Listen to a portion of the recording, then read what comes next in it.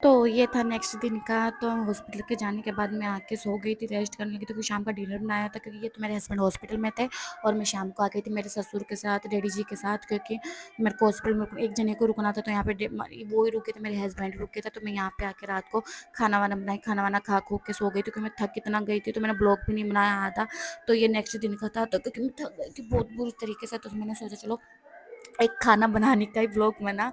तो फिर मैं यहाँ के खाना वाना बनाई, फिर मैं सो गई। तो सो के नेक्स्ट दिन उठी तो मैं थोड़ी, क्योंकि थकान थी, क्योंकि घर का काम सारा मुझे ही करना था, तो थोड़ी रेस्ट भी नहीं हुई थी, क्योंकि इतना लंबा सफ़र करके आई थी। तो मैंने सोचा चलो कोई ना, अभी मम्मी थोड़ी बीमार है, तो चलो अपने करते हैं काम।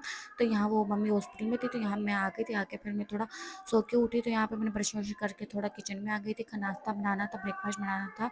तो यहाँ दूध था, दूध भी मैंने गर्म कर दिया था। फिर किचन साफ़ करना था, बर्तन वर्तन धोने थे, क्योंकि बर्तन ऐसे लगे। तो मैंने तो आके इतना थक गई थी ना गाइस, तो मैं तो कपड़े कपड़े कुछ भी चेंज नहीं किए थे, मैंने वही कपड़े पहन लिए थे, क्योंकि मैंने सोचा क्या ही कपड़े चेंज करूँ, सुबह फिर से काम करने गंदे हो जाएंगे। तो इसलिए मैंने कपड़े चेंज करे, क्योंकि इतनी बॉडी थक गई थी मेरी। तो मैंने कुछ भी नहीं कपड़े वपड़े चेंज किया। तो यहाँ मैंने जल्दी जल्दी किचन साफ़ किया, क्योंकि घर का पूरी साफ़ सफाई करना था, काम वाम करना था।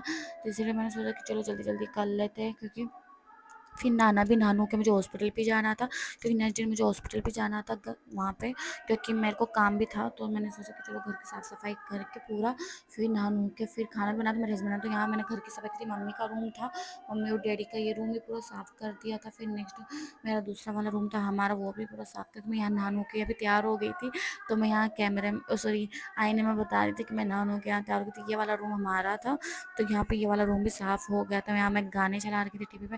यहाँ मैं नहा के तैयार हो गई थी। अब मैं खाना बनाना है मुझे गाइस, जाना है किचन में, क्योंकि मेरे हस्बैंड आने वाले हैं।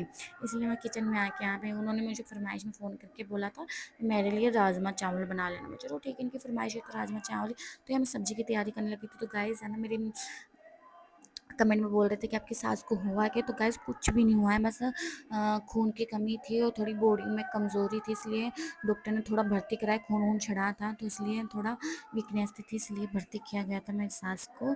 तो यहाँ 3-4 दिन तक के लिए भर्ती किया था। फिर थोड़ा बहुत ठीक होने के बाद आ गए। तो यहाँ मैंने खाना वाना भी बनाया, तो थोड़ा, क्योंकि वीकनेस होता ही है, जब खून कम हो जाता है तो वीकनेस हो जाता है, बॉडी में कुछ भी काम नहीं करा जाता।